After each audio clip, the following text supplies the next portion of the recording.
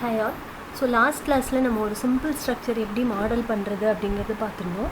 இன்னைக்குள்ள வீடியோவில் ஒரு மாதிரி ஸ்கியூட் காலம்ஸ் அதெல்லாம் இருந்தது அப்படின்னா எப்படி ஆங்கிள் கொடுத்து சேஞ்ச் பண்ணணும், அப்புறமா காங்க்ரீட்டோட கிரேட் எப்படி சேஞ்ச் பண்ணணும், செகண்டரி பீம்ஸ் எப்படி வந்து நம்ம வைக்கணும், இந்த 4 விஷயங்கள் நம்ம இன்னைக்குள்ள வீடியோஸில் பார்க்கலாம்.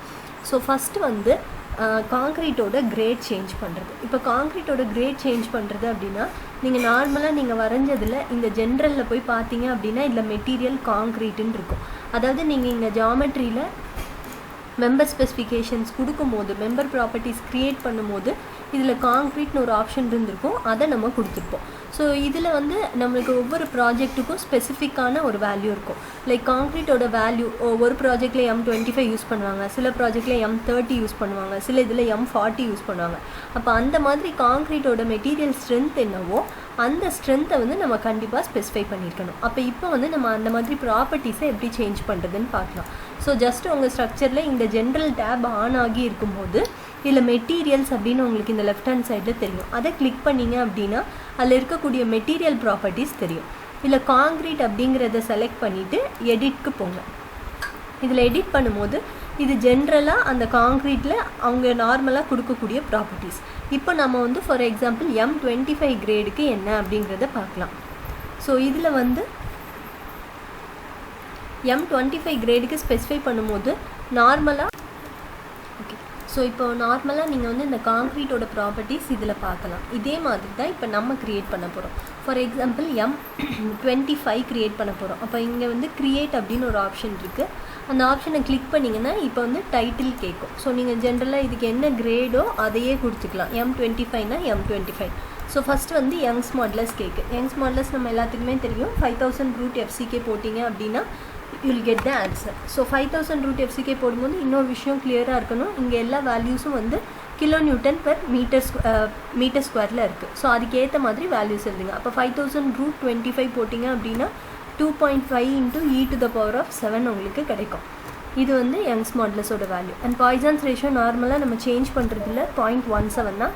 டென்சிட்டி நார்மலாக 25 kN/m³ எடுத்துப்போம். அண்ட் தெர்மல் கோஎஃபிஷியன்ட் வந்து 1 × 10⁻⁻5. அடுத்தது பார்த்தீங்க அப்படின்னா damping coefficient 0.05. And then shear modulus. So E = 3g × 1 - 2μ அது போட்டிருந்தீங்கன்னா அதே மாதிரி நீங்கள் என்ன கிரேட் யூஸ் பண்ணுறீங்களோ அந்த கிரேடுக்கான வேல்யூஸ் வந்து உங்களுக்கு கிடச்சிரும். ஸோ இது மாதிரி நீங்கள் எந்த கிரேடுக்குனாலும் E value and G value specify பண்ணிக்கலாம். அதுக்கப்புறமா காங்க்ரீட்டோட FCU. இப்போ நம்ம அகெயின் M25 போடுறோம். ஸோ இது kN/m² இருக்குது. அதுக்கான வேல்யூ என்னவோ அதை எழுதிக்கோங்க. இப்போ ஓகேன்னு கொடுத்துட்டீங்க அப்படின்னா நம்மளுக்கு வந்து இப்போ M25 இந்த லிஸ்ட்டில் ஒரு மெட்டீரியல் க்ரியேட் ஆகிருக்கிறத பார்க்கலாம். அப்போ ஆல்ரெடி நம்ம வந்து அசைன் பண்ணிட்டோம். ஸோ இந்த ஸ்ட்ரக்சர்லேயே வந்து நான் சேஞ்ச் பண்ணி காட்டுறேன். இப்போ ஜென்ரல் பார்த்தீங்க அப்படின்னா இதில் பிளேட் எல்லாமே காங்க்ரீட் அப்படின்னு இருக்குது. ஸோ இதை நீங்கள் எடிட் பண்ணிங்க அப்படின்னா இந்த இடத்துல M25 அப்படிங்கிறத சேஞ்ச் பண்ணணும். அடுத்து இதே மாதிரி நீங்கள் எத்தனை இடத்துல அசைன் பண்ணியிருக்கீங்களோ எல்லா இடத்துலையும் அதை எடிட் பண்ணிடணும். எல்லா இடத்துலையும் M25 கிரேட்க்கு நீங்கள் வந்து சேஞ்ச் பண்ணி அசைன் பண்ணிக்கலாம். ஸோ ஜஸ்ட் வந்து அதை செலக்ட் பண்ணிக்கோங்க, எடிட் கொடுத்துட்டு அதில் நீங்கள் என்ன கிரேட் செலக்ட் பண்ணியிருக்கீங்களோ அந்த கிரேடை கொடுத்து சேஞ்ச் கொடுத்துட்டீங்க அப்படின்னா ஆட்டோமேட்டிக்காக இப்போ M25 கிரேட் இந்த எல்லா எலமெண்ட்ஸ்க்கும் அசைன் ஆயிடும். இதுதான் இந்த காங்க்ரீட் ஸ்ட்ரக்சரை வந்து இதில் இருக்கக்கூடிய இதை கிரேடுக்கு ஏற்ற மாதிரி சேஞ்ச் பண்ணுறது. அடுத்தது நம்ம காலம்ஸோட ஆங்கிள் வந்து எப்படி சேஞ்ச் பண்ணுறதுன்னு பார்க்கலாம். ஃபார் எக்ஸாம்பிள் இந்த காலம்ஸ் எல்லாமே வந்து நீங்கள் இப்போ பிளான் வியூவில் பார்த்தீங்க அப்படின்னா இந்த மாதிரி இருக்கும். உங்களுக்கு இப்போ ஃபஸ்ட்டு காலம் வந்து எப்படி இருக்குது அப்படிங்கிறத காட்டுறதுக்காக நான் வெறுமனே அதை மட்டும் செலக்ட் பண்ணி காட்டுறேன். ஸோ செலக்ட் போயிட்டு பீம்ஸ் parallel to Y கொடுக்குறேன். அப்போ என்னோடய காலம்ஸ் மட்டும் வந்து செலக்ட் ஆகும். இப்போ அதை மட்டும் நான் வியூ பண்ணுறேன். ஃபார் எக்ஸாம்பிள் இப்போ இந்த காலம்ஸ் மட்டும் இருக்குது. ஸோ டாப் வியூவில் பார்க்குறீங்க அப்படின்னா இப்போ சப்போர்ட்ஸ் தெரிய வேண்டாம்னா Shift+S கொடுத்தீங்கன்னா சப்போர்ட்ஸ் போயிடும். அகெயின் Shift+S கொடுத்தீங்க அப்படின்னா உங்களுக்கு வந்து சப்போர்ட்ஸ் தெரிய ஆரம்பிக்கும். இப்போ ரைட் கிளிக் பண்ணிவிட்டு இதில் இருக்கிற ஸ்ட்ரக்சரல் டயக்ராம்ஸில் நான் எனக்கு செக்ஷன் அவுட்லைன் தெரியணும் அப்படின்னு கொடுத்துருக்கேன். அப்போ இந்த இடத்துல உங்களுக்கு தெரியும்னு நினைக்கிறேன். இப்போ என்னோடய காலம் வந்து இப்படி டேரெக்டாக 0.23/0.23 காலம் அப்படிங்கிறனால 0.3/0.3 காலம்னால ஒரு ஸ்கொயராக இருக்குது. இன்கேஸ் என்னோடய பிளாட் வந்து இப்படி கோணையாக இருக்குது, அப்போ இதுக்கு ஏற்ற மாதிரி என்னோடய காலம் வந்து ஒரு மாதிரி ஸ்க்யூடாக இருக்கணும். ஃபார் எக்ஸாம்பிள் ஒரு 80 டிகிரியில் ஸ்க்யூ ஆகி இருக்கணும் அப்படின்னா என்ன பண்ணுறேன்னா, நான் ஃபஸ்ட்டு வந்து இந்த இடத்துல என்னோடய செக்ஷன்ஸ் எல்லாம் க்ரியேட் ஆகியிருக்கு இல்லையா, இந்த ப்ராப்பர்ட்டிஸில் பக்கத்துலேயே பீட்டா ஆங்கிள் அப்படின்னு ஒன்று இருக்கும். இதில் க்ரியேட் பீட்டா ஆங்கிள் அப்படின்னு கொடுத்தேன்னா என்ன ஆங்கிள்ங்கிறது கேட்கும். இப்போ ஃபார் எக்ஸாம்பிள் எனக்கு 80 டிகிரிஸில் செலக்ட் ஆகியிருக்கணும். அப்போ நான் ஓகே கொடுக்குறேன். கொடுத்துட்டு க்ரியேட் பீட்டா ஆங்கிள் கொடுத்ததுக்கப்புறமா எந்தெந்த காலம்ஸ் அப்படி வேணுமோ அந்த காலம்ஸை மட்டும் நான் வந்து செலக்ட் பண்ணிக்கிறேன். ஃபார் எக்ஸாம்பிள் இந்த 2 காலம், அப்போ இந்த 2 காலம் மட்டும் நான் க்ரியேட் பீட்டா எந்த 2 காலமோ அந்த 2க்கு மட்டும் இதை செலக்ட் பண்ணிவிட்டு அதுக்கப்புறமா இங்கே வந்து அசைன் டு செலக்டட் பீம்ஸ் அப்படின்னு கொடுக்குறேன். அப்போ நம்மளுக்கு வந்து அந்த 2 காலம்ஸ் அசைன் ஆகிரும். இப்போ நீங்கள் பார்த்தீங்க அப்படின்னா நான் ஷிஃப்ட் இ போட்டு காட்டுறேன். எனக்கு இந்த காலமோட ஸ்டார்டிங் பாயிண்ட் இது, இந்த காலத்தோட ஸ்டார்டிங் பாயிண்ட் இது. அப்போ இது வேறு மாதிரி ஸ்க்யூ ஆகியிருக்கும், இது வேறு மாதிரி ஸ்க்யூ ஆகியிருக்கும். ஸோ இந்த மாதிரி ஸ்க்யூவோட டிஃப்ரென்ஸ் வந்து மாறுறதுக்காக எல்லாத்துக்கும் ஆக்சஸ் வந்து காமனாக இருக்கணும்.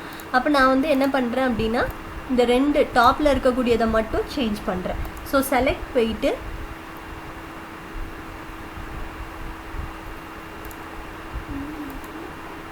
எந்த இது வேணுமோ அதை செலக்ட் பண்ணிக்கோங்க.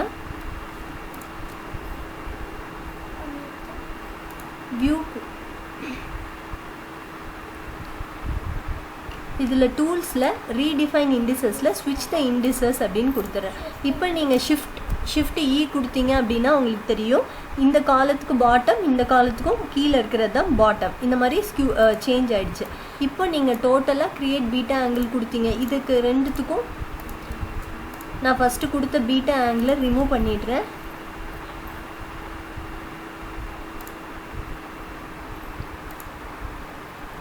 ஸோ அந்த பீட்டா ஆங்கிள் செலக்ட் பீட்டா 0 கொடுத்து அதை நான் இந்த 2க்கும் ஃபர்ஸ்ட் ஆஃப் ஆல் கொடுத்துட்றேன். லைக் ப்ரீவியஸாக கொடுத்த இதை வந்து நான் ரிமூவ் பண்ணுறதுக்காக 0 அசைன் பண்ணியிருக்கேன். இப்போ அகெயின் இந்த 2ஐயும் செலக்ட் பண்ணி பீட்டா 80 கொடுத்து அசைன் பண்ணியிருக்கேன். ஸோ இப்போ என்ன ஆகியிருக்கும் அப்படின்னா இந்த காலம்ஸ் வந்து டோட்டலாக ஸ்க்யூ ஆகியிருக்கும். இப்போ உங்களுக்கு டிஃப்ரென்ஸ் தெரியுதா? கீழே இருக்க பார்ட் வந்து ஸ்க்யூ ஆகியிருக்கு, மேலே உள்ளது ஆகாமல் இருக்குது. இது நீங்கள் 3D வியூவில் எடுத்து பார்த்தீங்கன்னா தெரியும். இது ஏன் அப்படின்னா நம்மளுக்கு ஆல்ரெடி பார்த்த மாதிரி 2 இதுவும் வந்து வேறு அதோட இண்டிசஸ் வந்து சேஞ்ச் ஆகி இருந்தனால தான்.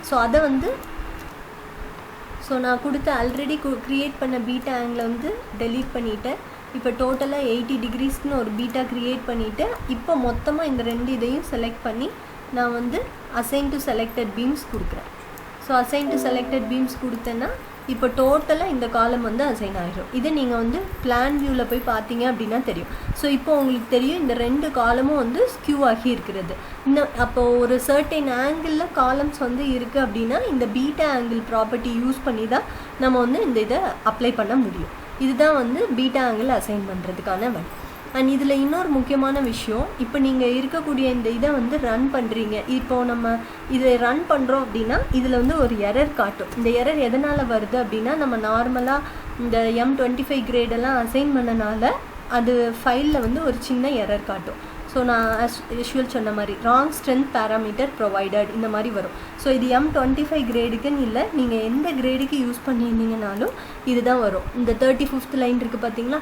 ஸோ இந்த எரரை கரெக்ட் பண்ணுறதுக்கு நீங்கள் இங்கே ஸ்டாட் எடிட்டர் இந்த இது இருக்குல்ல, இதுதான் ஸ்டாட் எடிட்டர், இங்கே போய் சேஞ்ச் பண்ணிக்கலாம். ஸோ ஸ்டாட் எடிட்டரில் நார்மலாக நம்மளுக்கு ஸ்டாட் எடிட்டர் யூஸ் பண்ணி எல்லா இன்புட்ஸையும் நம்ம வந்து கொடுக்கலாம். அப்படி இல்லைனாலும் நம்ம வந்து இந்த மாதிரி டேரெக்டாகவே அசைன் பண்ணிக்கலாம். இது வந்து ப்ரோக்ராமிங் மாதிரி தான். ஸோ இதெல்லாம் டைப் பண்ணுறது கஷ்டங்கனால தான் நம்ம இந்த ஆப்ஷன்ஸ் போக மாட்டேங்கும். இதில் RYRT11 அப்படின்னு இருக்கு இல்லையா, அதை வந்து டேரெக்டாக செலக்ட் பண்ணி டெலீட் பண்ணிக்கோங்க.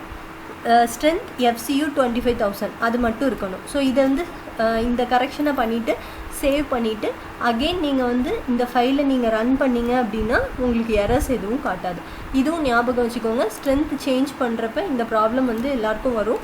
இந்த எரருக்கான ரீசன் வந்து இதுதான். ஸோ ஒன்ஸ் அந்த இதை பண்ணிங்கன்னா இந்த இடத்துல தெரியும் 0 எரர்ஸ் வர ஆரம்பிச்சிடும். மற்றபடி என்ன தப்பாக இருக்கும் அப்படின்னு யோசிச்சுட்டே இருக்க வேணாம், இதுதான் உங்களோட ஒரே எரர். அடுத்தது வந்து இப்போ இந்த இடத்துல ஒரு செகண்டரி பீம் இன்சர்ட் பண்ணால் என்ன பண்ணணும் அது பார்க்கலாம். ஃபார் எக்ஸாம்பிள் நான் வந்து ஒரு பீம் வரைகிறேன்.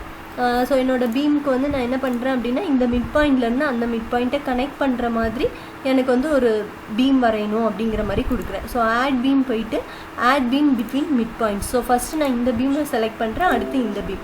அப்போ அதாவே வந்து டேரெக்டாக எனக்கு வந்து பீம் க்ரியேட் பண்ணி விட்டுரும். இப்போ இந்த பீமுக்கு நான் வந்து ப்ராப்பர்ட்டி அசைன் பண்ணணும். ஸோ ஃபஸ்ட்டு நான் ஜென்ரல் போய்க்கிறேன். ஸோ ப்ராப்பர்ட்டிஸ் எல்லாம் இருக்குது. இது வரைக்கும் எல்லா பீம்ஸும் 0.23/0.23 இருக்குது. நான் இந்த பீமுக்கும் 0.23/0.23 கொடுத்துக்கிறேன். So assign S. இப்போ என்ன அப்படின்னா செகண்டரி பீம் அப்படிங்கிறப்ப இங்கே எம்ஒயும் எம்இசட்டும் அது எடுத்துக்காது. அப்போ அதை வந்து ரிலீஸ் பண்ணி விடணும். ஸோ இந்த இடத்துலையும் ரிலீஸ் பண்ணணும், இந்த இடத்துலையும் ரிலீஸ் பண்ணணும். ரெண்டு இடத்துலையுமே நம்மளுக்கு வந்து ரிலீஸ் பண்ண வேண்டியிருக்கு. அப்போ இந்த ரெண்டு இடத்துக்கும் எப்படி ரிலீஸ் பண்ணணும்னா நம்ம இந்த இடத்துல ஸ்பெசிஃபிகேஷன்ஸ் அப்படின்னு இருக்கும். இந்த ஸ்பெசிஃபிகேஷன்ஸில் போயும் நீங்கள் கொடுக்கலாம்.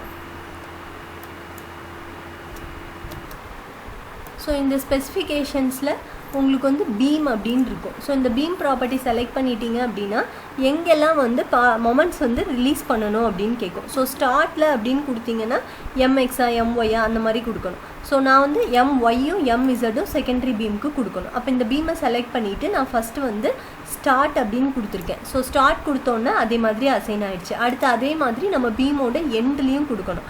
அப்போ எண்டு கிளிக் பண்ணிவிட்டு அதே மாதிரி எம்ஒய் எம்இசட் இது ரெண்டையும் வந்து ரிலீஸ் பண்ணி விட சொல்லியிருக்கேன். ஸோ இப்போ இது வந்து ஒரு செகண்டரி பீமாக ஆக்ட் ஆகும். இப்போ நிறைய பீம்ஸ் நம்மளுக்கு இருக்கிற டைமில் இல்லைன்னா சம்டைம்ஸ் இந்த இடத்துல நம்மளுக்கு ஒரு காலம் இருக்குது அப்படின்னா இந்த பீம் இந்த காலத்தோட கனெக்ட் ஆகியிருக்கும். இந்த இடத்துல மட்டும் அது செகண்டரி பீமாக இருக்கும். அப்போ இந்த இடத்துல மட்டும் அது வந்து பீமோட கனெக்ட் ஆகிருக்கும், இங்கே மட்டும் ரிலீஸ் பண்ணும். அப்போ நம்மளுக்கு இது ஸ்டார்ட் ஆஃப் த பீமா எண்ட் ஆஃப் த பீமான்னு தெரியலன்னா நீங்கள் ஆஸ் யூஷுவல் ஷிஃப்ட் யூஸ் பண்ணிக்கிட்டிங்கன்னா ப்ளூ அண்ட் க்ரீன் கலர்ஸ் உங்களுக்கு தெரியும், எது ஸ்டார்ட் எது எண்ட் அப்படின்றத ஈஸியாக நம்ம கண்டுபிடிச்சிக்கலாம். அப்போ இதுதான் வந்துட்டு ஸ்டார்ட் அண்ட் எண்டு கண்டுபிடிச்சி ரிலீசஸ் கொடுக்குறது. ஸோ இந்த வீடியோவில் ஃபஸ்ட்டு நம்ம வந்து எப்படி ஒரு காங்க்ரீட்டோட கிரேட் சேஞ்ச் பண்ணுறதுங்கிறது பார்த்தோம். ரெண்டாவது காலம்ஸ் வந்து எப்படி ஸ்க்யூ பண்ணுறதுங்கிறது பார்த்தோம். மூணாவது செகண்டரி பீம்ஸ் எப்படி கொடுக்கணும் அப்படிங்கிறத பார்த்துருக்கோம். ஸோ அடுத்து கொஞ்சம் பெரிய ஸ்ட்ரக்சர்ஸ் இனிமேல் வரக்கூடிய வீடியோஸில் பார்க்கலாம். தேங்க்யூ. ஓகேவா?